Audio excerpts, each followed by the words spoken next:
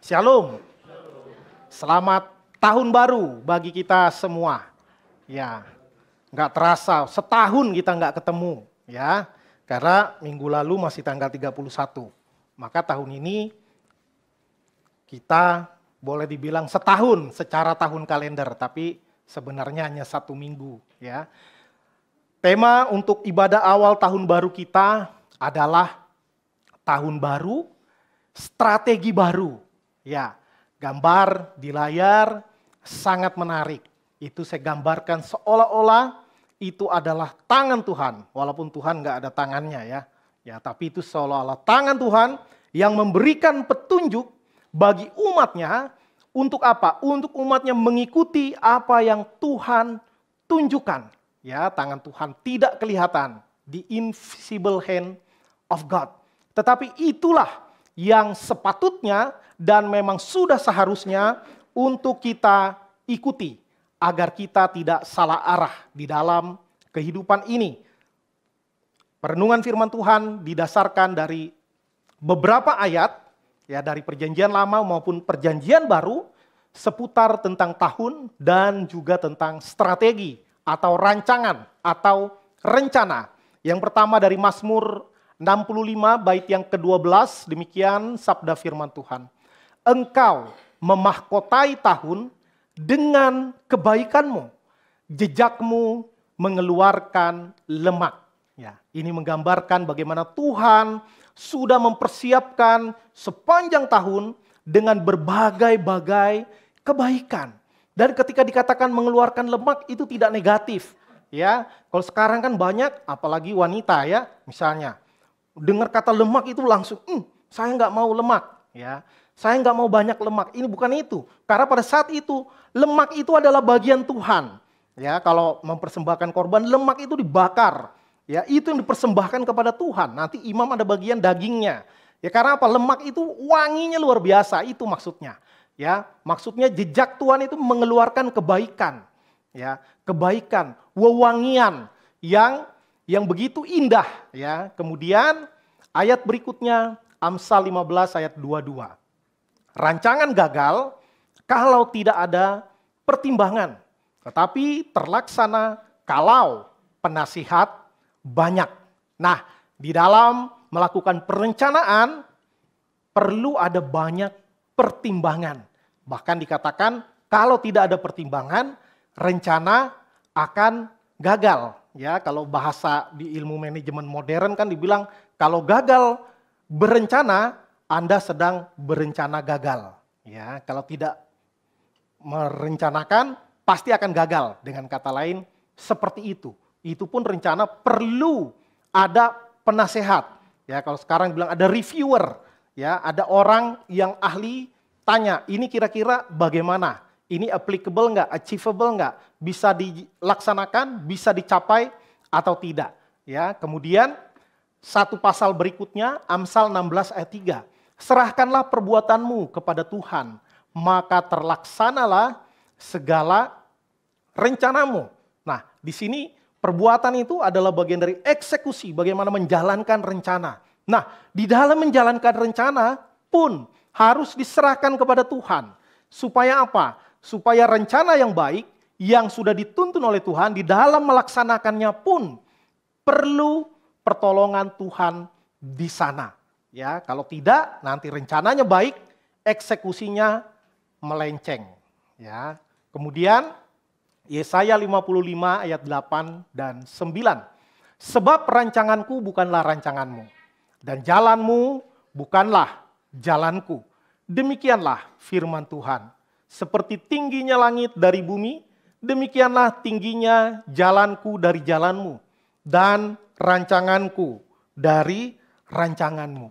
Ini membandingkan bagaimana Tuhan berkata kepada umatnya, kepada nabinya, bahwa rancangan Tuhan itu jauh lebih tinggi ya daripada rancangan manusia. Karena manusia hanya bisa melihat apa yang ada di depannya, atau bisa berpatokan kepada apa yang ada di belakangnya. Tetapi di depan tidak ada yang tahu. 1 menit ke depan, 1 jam, 1 tahun ke depan, tidak ada yang tahu. Tetapi Tuhan yang tidak terikat kepada ruang dan waktu Tuhan bisa melihat ke belakang sampai selama-lamanya dan ke depan juga sampai selama-lamanya. Maka rencana Tuhan pasti yang terbaik. Ya. Dari Perjanjian Baru, satu ayat. Sebenarnya kamu, Yakobus 14 ayat 15. Sebenarnya, Yakobus 4 maaf. Sebenarnya kamu harus berkata, jika Tuhan menghendakinya, kami akan hidup dan berbuat ini dan itu. Ini adalah satu perikop yang membahas tentang orang yang begitu pede, yang membuat satu planning bahwa dia akan pergi ke suatu kota dan dia akan berusaha berbisnis, lalu dia akan menghasilkan untung sekian-sekian dan dia akan hidup nyaman. Lalu diberikan nasihat oleh Yakobus, dikatakan, hidupmu itu seperti uap. Sebentar saja lalu lenyap, kamu nggak tahu apa yang terjadi ke depan. Maka sebenarnya kamu harus berkata, jika Tuhan menghendakinya, kami akan hidup dan berbuat ini dan itu. Yang perlu diberikan underline atau garis bawah atau penekanan adalah, jika Tuhan menghendakinya. Bahasa Latinnya dibilang Deo volente, ya. Bahasa Arabnya insya Allah. Ya, itu maksudnya, ya. Jika Tuhan menghendakinya, itu menunjukkan bahwa di dalam rencana ke depan pun harus melibatkan Tuhan di dalamnya. Maka Deo volente ini penting. Jika Tuhan menghendakinya, maka ada sikap terbuka dari kita, bukan harus jadi rencana saya, tetapi kita terbuka kalau Tuhan punya rencana lain. Atau rencana kita kurang banyak, Tuhan akan tambahkan. Maka kita harus open-minded, kita harus terbuka pikiran kita, hati kita terbuka terhadap intervensi dari Tuhan, terhadap segala rancangan kita. Ya, nah sebelum memulai saya mau bertanya dulu. Ya, saya mau bertanya, atau kita mulai dulu deh, nanti nanyanya ya, nanti belum dikasih tahu udah ditanya. Ya kan, terkait dengan tahun baru, tentu tahun baru adalah suatu keniscayaan. Kita nggak tunggu tahun baru datang. Kita ketiduran jam 11 malam di tanggal 31 Desember, bangunnya besok paginya jam 7 pagi, tahu-tahu kita tidur setahun. Ya, tahun baru nggak nunggu kita bangun, ya kan? Tahun baru nggak nunggu kita bangun. Kemarin acara malam tahun baru di gereja ya, wah pas teng jam 12 doanya kelamaan Pak Pendeta, keluar udah nggak ada kembang api. Aduh, lain kali doanya lebih singkat biar masih dengar kembang api ya. Nah, tahun itu terus berganti ya. Di satu sisi dia seperti circle, dari Januari nanti kembali lagi ke Januari, dari tanggal 1 kembali ke tanggal 1. Tetapi di sisi lain dia juga sebuah garis. Nah, ketika memandang waktu seperti sesuatu yang berulang, maka disebut dengan kronos dalam bahasa Alkitab, bahasa Yunani. Dari kata kronos inilah lahir istilah kronologi. Ya, kalau ada peristiwa kejadian, biasanya nanti ada berita acara perkara, itu ditulis kronologinya. Bagaimana kejadiannya, bagaimana pada saat itu, siapa pelakunya, ya, maka itu dicoba disusun sesistematis mungkin waktu demi waktu. Ya, jadi kronos itu berjalan terus begitu saja. Ya, katakanlah dari Januari kembali kepada Januari. Seolah-olah itu melingkar walaupun tahunnya ganti terus. Ya, tahunnya ganti terus. Nah, tetapi ada satu lagi istilah yang disebut dengan kairos. Ya, mungkin kita kebanyakan sudah dengar, tapi mungkin ada yang belum pernah mendengar atau sudah lupa. Ya, kairos juga ada di dalam dimensi waktu, tetapi dia mengandung kalau kita bilang sekarang momentum, ya, kesempatan yang tidak akan terulang kedua kali. Ya, kalau itu lepas tidak diambil, maka amat sangat mungkin tidak akan pernah terjadi kedua kalinya. Ya, katakanlah kita punya teman atau keluarga yang belum percaya Tuhan. Di detik-detik akhir hidupnya, mungkin dia bertanya tentang iman kita. Kita mau langsung bikin, saya kabarkan Injil nggak ya? Nggak enak ah. Nggak enak, kan udah beda ya, udah. Ya. Tapi Roh Kudus mendorong kita, ayo kabarkan. lalu kita menahan, nggak enak. Itu kan hak asasi manusia. Ya, padahal mengabarkan nggak ada salahnya. Kan bukan kita memaksa orang, tugas kita bersaksi, ya mengabarkan. Maka katakanlah, oh nggak sempat, ya udah kita setelah menjenguk kita pulang. Ternyata besoknya katakanlah dia dipanggil Tuhan. Kita bilang, wah coba saya kemarin mengabarkan Injil kepada dia. Ya coba, bisa nggak? Nggak bisa lagi. Ya itu kita namanya kehilangan kairos. Ya kronos terus berjalan. Ya tetapi kesempatan itu tidak selalu ada. Kadang-kadang berulang kesempatan, tapi sebagian kesempatan tidak berulang lagi. Karena itu orang percaya didorong untuk selalu sadar sepenuhnya bahwa di dalam kronos ada banyak kairos-kairos di dalamnya yang merupakan kehendak Tuhan. Kalau kita tidak ambil pada saat itu, maka kita akan melewatkan kesempatan terbaik yang Tuhan berikan kepada kita. Nah, ini. Jadi singkat saja, antara kronos dan kairos. Ya, sayang kairos padanan katanya susah ya. Kalau kronos ada kronologi, kairos nggak ada kairologi, ya nggak ada. Tapi itu menolong kita untuk mengerti bahwa di dalam waktu yang sempit ini ada titik-titik, spot-spot di mana Tuhan menyediakan kairos bagi kita. Bagi kita yang peka, bagi kita yang menjalankannya, kitalah yang paling berbahagia. Bagi kita yang melewatkannya, bahagianya agak diskon. Ya, mau diskon, ya kalau beli baju sih senang diskon ya. Tapi kalau berkat Tuhan, mau didiskon atau full, ya pasti mau full. Malah ada bonus nggak? Ya, semua orang maunya seperti itu. Ya, maka tangkap kairosnya Tuhan, jangan terlewatkan. Ya, nah tentang strategi, saya mau tanya dulu. Orang Kristen kan harus minta tuntunan Tuhan, ya, petunjuk Tuhan, dipimpin oleh Roh Kudus. Jangan sembarangan, tanya Tuhan dulu, ya kan? Nah, maka ketika orang membuat planning di dalam hidupnya, termasuk di dalam hal-hal rohani, itu sikap mengandalkan diri atau mengandalkan Tuhan? Ayo, anak muda deh, jawab satu orang. Pin, jawab Pin. Apapun jawabannya dibikin salah nanti. Enggak. Gimana? Orang yang membuat rencana, planning, tertulis, itu sikap tidak mengandalkan Tuhan atau mengandalkan Tuhan? Mengandalkan Tuhan. Ya, pokoknya kalau kalimat positif ada Tuhannya, biasanya itu jawabannya ya. Kalau ujian agama Kristen, kalau ada pilihan ganda Tuhan Yesus, pasti Tuhan Yesus jawabannya. Itu cluenya waktu saya sekolah ya, kurang kreatif yang bikin soal. Ya, kalau udah Tuhan Yesus sudah pasti benar.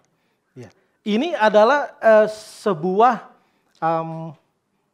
apa istilahnya paradoks, ya paradoks. Di satu sisi kita harus mengandalkan Tuhan dan memohon tuntunan penyertaan Tuhan. Tetapi di sisi lain Tuhan juga suruh kita membuat rancangan, ya. Ada kalanya Tuhan tuntun, ada kalanya Tuhan bekerja bagi kita dan kita hanya diam saja. Di Perjanjian Lama kan ada yang gitu kan? Tuhan yang akan berperang untuk kita dan kita akan diam saja. Pernah nggak terjadi? Pernah, ya pernah. Ada yang lagi melakukan rencananya lalu Roh Kudus larang, ya. Kalau berdosa udah jelas dilarang. Yang bagus juga pernah dilarang, ya. Rasul Paulus di Kisah Para Rasul coba kita baca. Ketika dia mau memberitakan Injil ke suatu daerah, lalu dibilang Roh Yesus melarang untuk memberitakan Injil di sana. Disuruh pergi ke tempat lain. Ya, ini nggak ada yang dosa nih. Memberitakan Injil ke daerah A, menginjil ke daerah B, nggak ada yang salah dua-duanya. Tapi ini soal strategi. Ya, bukan soal salah atau benar. Soal strategi. Di dalam rasio pemikiran yang dianugerahkan Tuhan, otak itu dari Tuhan ya. Ya, otak itu juga dari Tuhan, maka harus digunakan. Ya, makanya di Kejadian pasal 1 kan, ketika Tuhan menciptakan langit dan bumi, lalu terakhir manusia diciptakan, Adam disuruh menamai. Ya, Tuhan nggak kasih tabel, nih apalin ya, enggak. Disuruh memberikan nama kepada hewan-hewan itu. Bingung gak tuh Adam? Ya, dia harus riset apa ya namanya ya. Nggak ada contohnya lagi, nggak ada Google lagi waktu itu kan. Dia harus mikir gini. Ayam misalnya, ayam. Lalu lewat lagi yang lain. Ayam, lain itu kakinya ada selaputnya, kata Hawa kan. Iya ya, bukan ayam berarti. Namain apa ya? Bebek. Iya gitu. Itu proses penamaan itu aja nggak mungkin satu hari. Ya, bisa jadi bertahun-tahun, kita nggak tahu, tidak dicatat kitab suci. Tetapi itu adalah bagian tanggung jawab yang Tuhan berikan kepada manusia. Ya, Adam kan diberikan otak, diberikan kemampuan, diberikan daya cipta seperti Tuhan. Tetapi tentu kualitasnya jauh lebih rendah. Makanya tadi Yesaya bilang, setinggi langit dari bumi, demikianlah rancanganku dari rancanganmu, jalanku dari jalanmu. Beda banget. Tetapi Tuhan mau manusia untuk berpikir. Tuhan mau manusia untuk berencana. Ya, jadi di satu sisi kita mengandalkan Tuhan sepenuhnya, di sisi lain kita juga berpikir. Tentu berpikir nggak sembarangan. Ya, kita harus berpikir tahu bahwa apa yang kita rencanakan tidak boleh dosa, tidak boleh melanggar hukum, tidak boleh melanggar etik. Ya, ada banyak strategi. Maka kita pilih yang seperti minggu lalu dikhotbahkan, yang paling memuliakan Tuhan. Yang mana? Ya, kalaupun salah nanti ya kita minta intervensi Tuhan. Maka strategi itu penting. Kebetulan saya pecinta basket, ya, bukan pamer. Waktu SMP SMA saya tim basket sekolah, walaupun cadangan abadi. Ya, posisi saya center. Karena saya kurang brutal mainnya, nggak suka nyikut-nyikut. Ya, jadi kurang fighting mainnya. Ya, kurang fighting, makanya jadi cadangan terus. Ya. Main basket itu dalam satu pertandingan itu berubah terus strateginya. Ya. Bisa itu satu set itu bisa berapa kali time out. Istirahat, kalau main bola kan sekali doang ya, habis babak pertama. Main basket itu bentar-bentar prit. Time out. Dia kasih tahu begini strateginya. Zone defense, man to man marking, fast break dan lain, yang anak basket pasti tahu istilah ini. Ya, macam-macam. Ya, defense-nya bagaimana, bertahannya, offense-nya, menyerangnya bagaimana. Itu bisa berubah terus. Ya, bisa berubah terus. Itu yang disebut strategi. Goalnya tentu satu, memenangkan pertandingan. Ya, tapi strateginya ada banyak. Menyerangkah, bertahankah, tetapi bertahan juga harus menyerang. Menyerang juga harus ingat pertahanan. Kalau enggak kalah. Ya, dan strategi itu menarik. Ya, strategi itu enggak satu jurusnya. Maka saya senang ngelihat ninja. Ya, ninja itu jurusnya banyak. Ya kan? Ada samurainya, ada bintang rahasia, ada apanya itu toya ini double stick ya. Ada toya tongkat panjang, ya kan? Lalu terakhir kalau udah terdesak ada petasan bantingnya itu kan. Dus, hilang langsung. Ya, entah apa namanya, saya bilangnya petasan banting. Ya. Daripada katakanlah koboi. Koboi juga hebat. Main roulette gini kan. 1, 2, 3, duer. Wah, jago. Tapi senjata dia cuma satu. Habis pelornya nangis dia. Ya. Jadi strateginya cuma satu, cepet-cepetan. Kalau ninja jurusnya banyak, senjatanya banyak. Dengan kata lain, dia punya multiple strategy. Dia punya banyak strategi, bukan cuma satu. Ya, bukan cuma satu seperti permainan basket. Maka di dalam membangun strategi nggak cukup satu. Makanya di dalam dunia manajemen kan ada plan A katanya, lalu plan B, plan C. Sampai mau plan Z, jangan, pelan-pelan saja. Ya. Pelan-pelan maksudnya ya, jangan cepat-cepat, bingung nanti. Jadi strategi baru itu penting, perlu. Ya, bukan tidak mengandalkan Tuhan. Ya, bukan tidak mengandalkan Tuhan.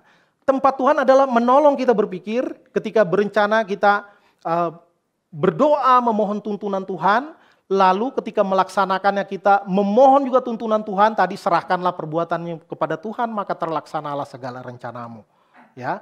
Lalu terakhirnya ya nanti tentu jelas, segala kemuliaan hanya bagi Allah, soli Deo, gloria. Nah, ini target dan strategi. Ya, target dan strategi. Target itu goal, atau kalau dalam organisasi visi dibilang ya. Strateginya misi, bagaimana menjalankannya. Nah, ada target jangka panjang, ada target jangka pendek. Maka ini penting. Kalau di dalam tahun baru kita bahasnya cukup 1 tahun, jangan kepanjangan. Tentu ada target-target jangka panjang, tapi jangan panjang semua.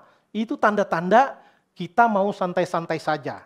Ya, misalnya saya mau lebih rajin lagi beribadah dalam 30 tahun ke depan. Ya. Kira-kira 20 tahun pertama rajin nggak? Ayo. Kalau otak korslet kita pasti enggak lah itu ya. Malah 29 tahun pertama nggak rajin, tahun terakhir baru rajin. Ya, kita cenderung seperti itu.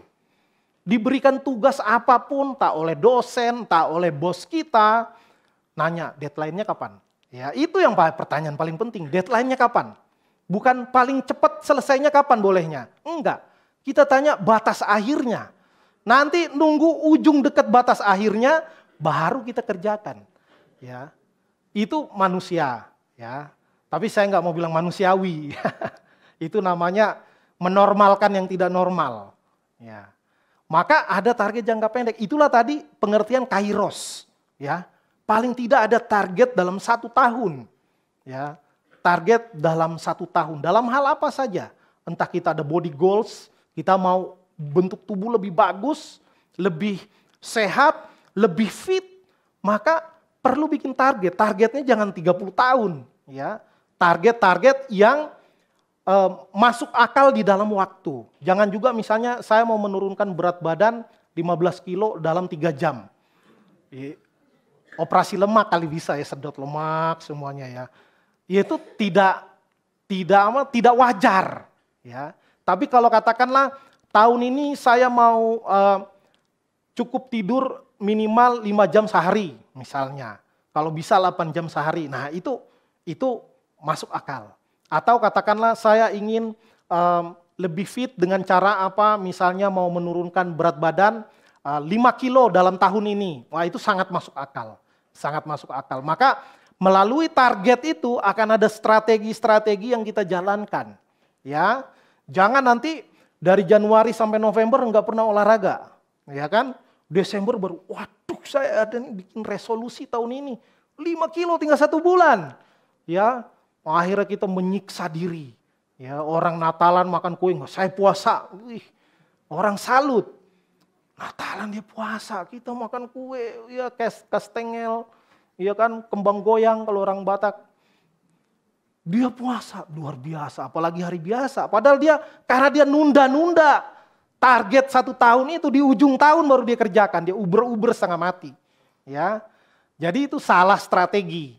Mungkin targetnya tercapai, tapi strateginya tidak tepat atau tidak ideal, ya, tidak ideal. Maka ada banyak strategi. Saya gambarnya catur. Catur ini yang paling menguras otak dan paling berat, ya. Ini paling berat karena kuda dia pindahkan, benteng dia angkat, dia geser, ya. Banyak yang nggak ngerti catur ya.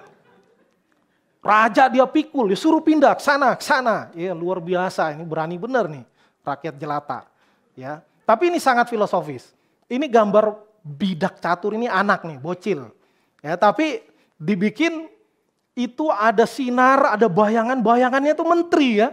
Menteri ini agak lebay sih, padahal nggak ada lancip-lancipnya itu di pionnya itu. Tapi dalam permainan catur, anak itu kalau disekolahin, istilah saya disekolahin, kalau main dia maju-maju terus sampai ke ujung bagian bidang permainan lawan, itu bisa jadi menteri. Ya, biarpun dia bukan anak siapa-siapa, bisa jadi menteri. Ya, itu peraturan berlaku untuk catur di seluruh dunia. Ya, itu bidak-bidak ada 8, itu nggak tahu anak siapa istilahnya lah. Ya, tapi siapapun kalau dia sukses sampai ujung dengan proses-proses satu langkah, cuman 2 langkah boleh pertama doang, habis itu 1 langkah. Dia bisa jadi menteri. Ini gambaran yang luar biasa.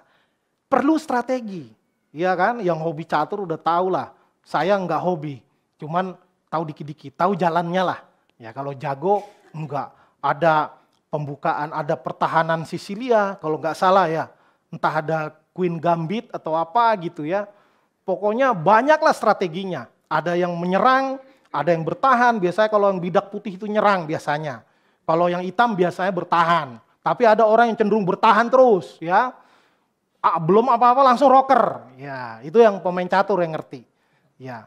Tapi itu bagian dari strategi. Dan seringkali beda lawannya, beda strateginya. Wah, itu yang jago. Ya, yang jago gitu. Strategi enggak mesti ini blueprint harus begini sampai tiap detilnya, enggak juga. Ya, itulah intervensi ilahi juga di situ masuk. Kadang kita udah rencana sedetil mungkin, tiba-tiba ada perubahan. Ada perubahan yang kita nggak tahu atau ada kondisi yang abnormal yang luar biasa kayak zaman COVID kemarin. Waduh, itu berubah semua itu. Bahkan rencana anggaran perbelanjaan pendapatan dan belanja negara berubah, bisa berubah berkali-kali. Ya, karena apa? Wah, dari ini digeser untuk penanggulangan dan pencegahan persebaran COVID misalnya. Ya, itu mau tidak mau, ya ada perubahan-perubahan. Maka ada strategi umum, ada strategi khusus untuk menjangkau itu semua. Ya, nah ini beberapa tokoh Alkitab saya akan baca secara cepat. Ya, mereka juga berstrategi. Mereka disuruh Tuhan, tapi mereka berstrategi. Musa yang tadinya nggak mau jadi pemimpin bangsa Israel karena dibilang saya nggak pandai bicara. Ya, lalu Tuhan nggak nyerah. Karena kalau Tuhan mau pilih, Tuhan perlengkapi. Kamu nggak pandai ngomong, abangmu jadi juru bicara, si Harun. Ya, nggak ada alasan. Tapi lalu di dalam perjalanannya Musa harus mengatur dan bahkan menjadi hakim bagi bangsa Israel yang banyak itu. Ya, ada yang berantem suami istri datang ke Musa. Waduh, ada yang masalah anak sekolah kata kalau sekarang lah bayangannya. Datang ke Musa, pusing Musa kan, ngantrinya panjang bener. Lalu pas dilihat sama mertuanya, Pak Yitro kan, mus sini dulu kau katanya. Kalau kau begitu kau sakit nanti katanya. Kalau kau mati anakku jadi janda muda katanya gitu kan. Nggak tahu lah ya ceritanya. Tapi yang pasti Yitro memberikan nasihat kepada Musa. Kalau gitu kamu nggak akan mampu. Ya, kamu harus tunjuk orang-orang. Ya, ada pemimpin 50, pemimpin 100, pemimpin 1000. Ya, kalau sekarang kita Kapolri lah katakanlah ya, kamu harus tunjuk Kapolres, kamu harus tunjuk Kapolsek, ya, kayak gitu. Nah, Musa mengikuti, ya itu nggak langsung Tuhan yang perintahkan, tapi Tuhan memberikan visi yang besar menjadi pemimpin bangsa Israel. Lalu detil-detilnya itu mikir sendiri, ya tentu Tuhan bantu. Kalau salah nanti Tuhan geser lagi, ya itu Musa. Ya, kemudian Yosua sama. Yosua disuruh pergi ke tanah perjanjian, pimpin umat, ya, menggantikan Musa. Maka ketika itu dia ngikutin ngaturnya bagaimana tuh? Sebuah bangsa tim penyerangan, ya, menyerang orang Yeriko, Tuhan kerja duluan. Mereka belum jalan, orang Yeriko udah disebarkan ketakutan, ya. Ini propaganda ilahi luar biasa. Mereka belum ngapa-ngapain, orang Yeriko udah takut duluan, ya. Keren. Ya kan? Akhirnya tapi ada strategi, suruh kelilingin. Ya kan? Ini kan keren. 1 hari 1 kali, 1 hari 1 kali. Hari ke-7 kelilingin 7 kali. Ya. Kenapa enggak hari pertama 7 kali, nanti hari berikutnya baru 1 kali? Ya kita mikir orang butuh pemanasan kan. Tuhan sangat logik. 1 kali dulu kan ngelemesin urat-urat kaki istilahnya lah. Ini angan-angan saya kan. Udah cukup pemanasan, dia ready. 7 kali siap, nggak keram. Ya, nggak keram, naik betis dan lain sebagainya. Kan lucu nanti kalau Yosua naik betis ya diurut dulu gitu kan. Diketawain sama orang Yeriko tuh. Jadi ada bagian yang dikerjakan mereka pakai strategi. Bagaimana ngaturnya, barisnya, itu kan perlu pengaturan. Ya, maka ada strategi. Lalu Nehemia, dia disuruh membangun tembok. Ketika mereka dalam pembuangan tentu mereka ditawan ke Babel di dalam pembuangan, maka udah pasti nggak ada penghuni, ya hancurlah, dirampok dan lain sebagainya. Tapi strategi Nehemia luar biasa, ngelihat dia sedih dan dia bukan pertama bangun rumah-rumah, tembok yang dibangun, ya tembok mengelilingi kota atau pagar rumah lah. Pagar rumah. Ya, itu strategi karena temboknya dulu, nanti yang di dalamnya belakangan. Karena tembok itulah pertahanan. Ya, tembok itu pertahanan dan zaman itu zaman serang menyerang, bebas. Ya, menyerang kota lain yang berkubu dibilang yang ada temboknya. Jadi ada strategi dan dalam menjalankannya susah. Ada musuh dari eksternal mau digagalkan, ada musuh dari internal dan lain sebagainya. Tapi dia berstrategi. Ya, dengan pertolongan Tuhan berhasil. Kemudian Daud, ya, Daud juga ini luar biasa. Ya, Daud itu ketika melawan Goliat, ya dia nggak cari cara mengalahkan musuh yang badannya tinggi. Ya, dia nggak cari buku begitu. Ya, dia memohon pertolongan Tuhan, tapi tentu kan unik ya. Caranya dengan mengambil umban itu. Padahal dia udah dikasih pedang, dikasih baju zirah. Ya itu kan strategi. Bagaimana bisa ngalahin orang segede gitu? Ya, kalau ditusuk nggak bisa, pakai baju besi, baju zirah. Ya kan? Mau nyolok matanya nggak nyampe. Ya, gimana caranya? Ya dia pakai skill dia, strategi dia. Kalau tepat, karena muka nggak mungkin ditutup besi ya, jadi ketopongnya beginilah. Ya muka terbuka. Maka dia lempar, pakai umban isi batu, kena di jidatnya. Langsung tumbang, mungkin geger otak mungkin ya. Bisa jadi Tuhan tambahkan kecepatannya. Nggak tahu, Alkitab nggak catat. Tapi bisa jadi meleset loh. Bisa jadi pas dilempar Goliat menghindar kan. Nggak tahu gimana cara Tuhan luar biasa. Bisa jadi ada cara Tuhan. Ya udah gini Goliat miring, batunya belok juga. Nggak tahu. Nah, kalau udah waktunya Tuhan mah pasti jadilah barang itu. Ya, karena Tuhan mau menyelamatkan Israel. Luar biasa, strategi. Ya, strategi. Tuhan Yesus udah jelas, dia punya strategi. Dia mau menyelamatkan bukan langsung naik ke kayu salib. Dia memilih murid-murid. Ya, Tuhan Yesus bukan KKR pribadi keliling lalu nunggu undangan, ya kan? Nunggu undangan pengkhotbah. Enggak. Dia pilih murid-murid yang dia didik setiap hari. Tentu Yesus juga tetap membawa murid-muridnya memberitakan Injil, melakukan mujizat dan lain sebagainya. Tetapi Tuhan secara khusus memilih strategi pemuritan. Biar jumlahnya dikit tetapi kualitasnya bagus. Karena ini mereka lah yang akan melipat gandakan jumlah dari murid-murid. Strategi. Ya, strategi. Dan tentu Rasul Paulus. Ya, ada banyak strategi dalam pelayanan. Rasul Paulus tidak diam di satu tempat. Ya, bukan berarti dia, karena dia itu mau menyalurkan hobi traveling. Bukan. Ya, memang visinya dari Tuhan kepada bangsa-bangsa non-Israel. Maka bangsa-bangsa non-Israel banyak. Bangsa Israel cuma satu negaranya ya. Bangsa non-Israel banyak. Maka Rasul Paulus pergi ke sana, pergi ke sini ya, dan dia banyak menjangkau kota ya. Bukan karena persembahannya lebih banyak, bukan. Ya, tapi karena dari situ bisa memberikan impact yang besar. Kota pelabuhan, kota perekonomian, ya, pusat peribadatan, pusat akademik. Ya, dia kepada orang Athena, orang Yunani, pusat akademik. Ya kan? Lalu dia juga ke Roma, pusat kekaisaran Imperium Romawi pada saat itu. Jadi dia sangat taktis, sangat strategik, jago strategi. Ya, lalu dia nggak diam di situ.